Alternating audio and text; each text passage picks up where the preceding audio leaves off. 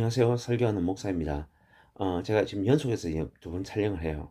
그래서 뭐 옷도 똑같고 환경도 똑같고 한데, 제가 여러분에게 좀 말씀드리고 싶은 게 있는데, 지난번에 제가 영적인 개념이 잘못되면 인생이 망가질 수도 있다고 이야기했잖아요. 그럼 영적인 개념이 뭐냐, 영적인 게 뭐냐 하는 것을 여러분에게 좀 말씀드리려고 합니다.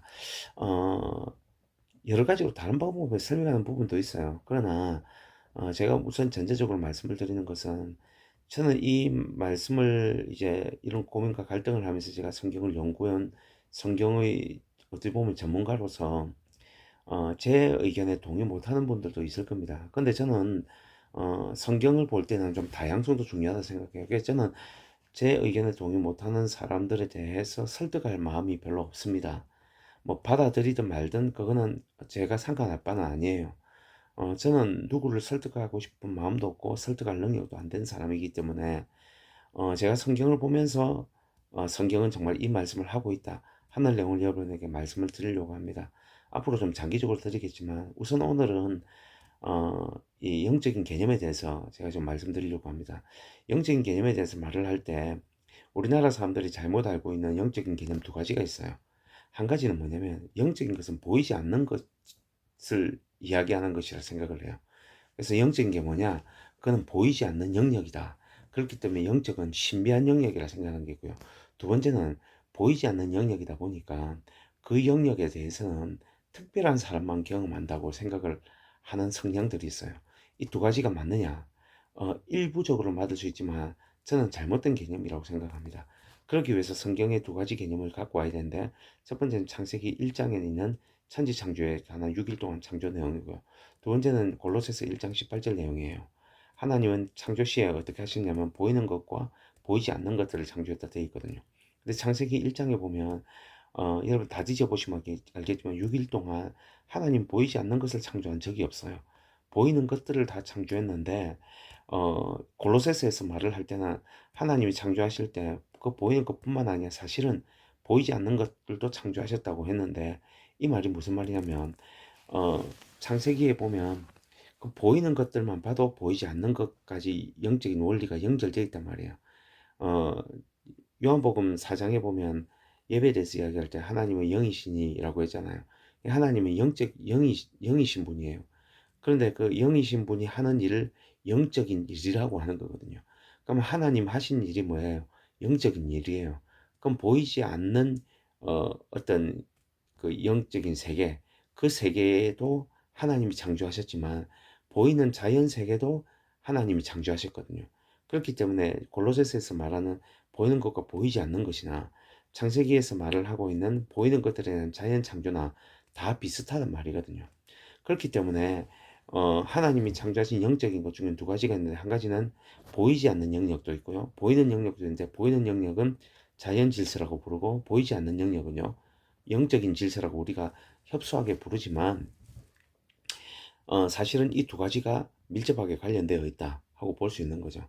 그래서 예수님이 신약에서 예를 들 때도 뭐냐면 자연 원리에 대해서 이야기하면서 뭐 씨를 뿌리는 비유 뭐 이런 걸 통해서 자연 원리에 대해 이야기하면서 영적인 원리를 설명하죠.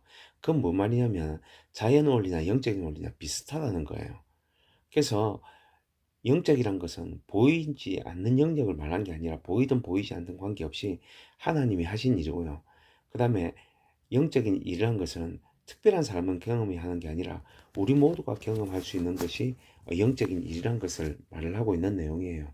근데 이 개념을 잘못 생각해서 영적인 것은 특별한 것이라 생각해가지고 영적 체험을 하기 위해서 굉장히 노력하게 되는데, 잘못해버리면 일반인들이 말하는 카타르시스를 경험하는 것을 영적이라고 생각해요.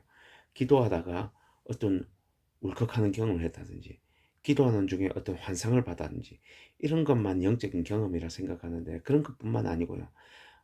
열심히 삶에 있어서 열매가 있는 것도 영적인 일이라고 볼 수 있는 거죠. 그 영적인 그 우리가 일면 삶에 사는 것을요, 속되다고 보시면 안 되는 거예요. 그래서 예수님이 말을 할 때, 또 하나님 말씀하실 때 제일 중요하게 생각하는 영적인 개념을 설명한 성경 구절이 뭐냐면요, 울며 씨를 뿌리는 자는 기쁨으로 단을 가지고 돌아오리로다고 하는 내용이에요. 영적인 원리가 뭐냐? 자연질서와 비슷한데 울며 씨를 뿌리는 만큼 기쁨을 가지고 단을 걷고 돌아오는 거예요. 영적인 것도 똑같아요. 보이지 않는 것도요. 울며시를 뿌리는 만큼 기쁨으로 땅을 갖고 돌아오는 거예요. 그래서 뭐가 없느냐? 기적이란 거는 특별한 경우 외에는요. 하나님은 행하기를 그렇게 좋아하지 않으신다는 것을 여러분 먼저 아셔야 될 필요가 있습니다. 그래서 우리가 나이 들었을 때 가난하지 않기 위해서는 뭘 해야 됩니까? 노후 대비를 해야 돼요. 노후 대비하기 하기 위해서는 뭘 해야 돼요? 돈을 모아야 돼요. 하나님께 기도하면 노후가 되었을 때 하나님 알아서 책임지실 거라. 그거는 뭔가 잘못된 거예요. 그럼 뭐가 가냐면 내가 돈을 벌러 가지 않더라도, 가장인데 돈을 벌러 가지 않더라도 내가 교회 가서 기도를 열심히 하게 되면, 하나님 믿고 봉사하게 되면 우리 가정은 하나님이 책임지실 거란 말과 같아요. 만약 그 말이 맞다면 나를 가장으로 세우지 않으셨겠죠. 그렇게 하지 않으세요. 하나님, 어떤 경우는 그런 경우가 있습니다. 목사님들 중에서 자기는 기도만 딱 하고 나면 하나님이 말씀을 주셔서 그 말씀을 전한다고 하세요. 그건 뭔가 잘못된 거예요. 말씀을 연구하셔야 돼요. 말씀을 한번 준비하기 위해서 피나는 노력으로 연구를 하셔야 돼요. 제 같은 경우도 목회를 하고 이럴 때에 말씀 연구할 때 저는 일주일에 한 편 준비하는 것도 힘들더라고요. 그렇게 쉽지가 않아요. 그런 분들이 볼 때는 저 같은 목사들은 참 믿음이 없는 목사죠. 근데 그건 영적인 것이 아니에요. 그래서 여러분, 어, 앞으로 여러분 나는 그거 예수 믿으면서 풍요롭게 살고 싶다면 돈을 많이 버셔야 돼요. 돈을 벌 수 있는 방법들도 여러분 개발하셔야 됩니다. 주일날 주를 위해서 더 많이 봉사하고 싶다. 그럼 6일 동안 최선을 다하셔야 돼요. 좀 이런 개념들이 잡혀 있으셔야 돼요. 여러분, 교회 와서 하는 모든 일이 영적인 것이고 내가 사회 나가서 돈 버는 것은 세상에서 하는 속된 일이라고 생각하는데 그 개념이 잘못된, 이거는 칼빈의 개혁주의 신학부터가 그걸 틀렸다고 이야기를 하거든요. 그런 개념이 없어요. 그냥 여러분들이 살고 있는 삶의 현장도 똑같은 영적인 거기 때문에 교회에서 인정받는 만큼 회사에서도 최선을 다해서 인정받는 삶이 굉장히 중요합니다. 이런 영적인 개념이 잡혀 있어야지 여러분들이 앞으로 되었을 때 사회에서도 빛과 소금의 역할을 감당하게 되고요. 교회 와서 인정받는 사람이 되지, 만일에 그렇지 않으면 큰 문제가 생기리라고 생각합니다. 여러분, 이 부분을 아시고 여러분들이 삶을 사셨으면 좋겠습니다. 다음번에 더 구체적인 이야기를 말씀드리도록 하겠습니다.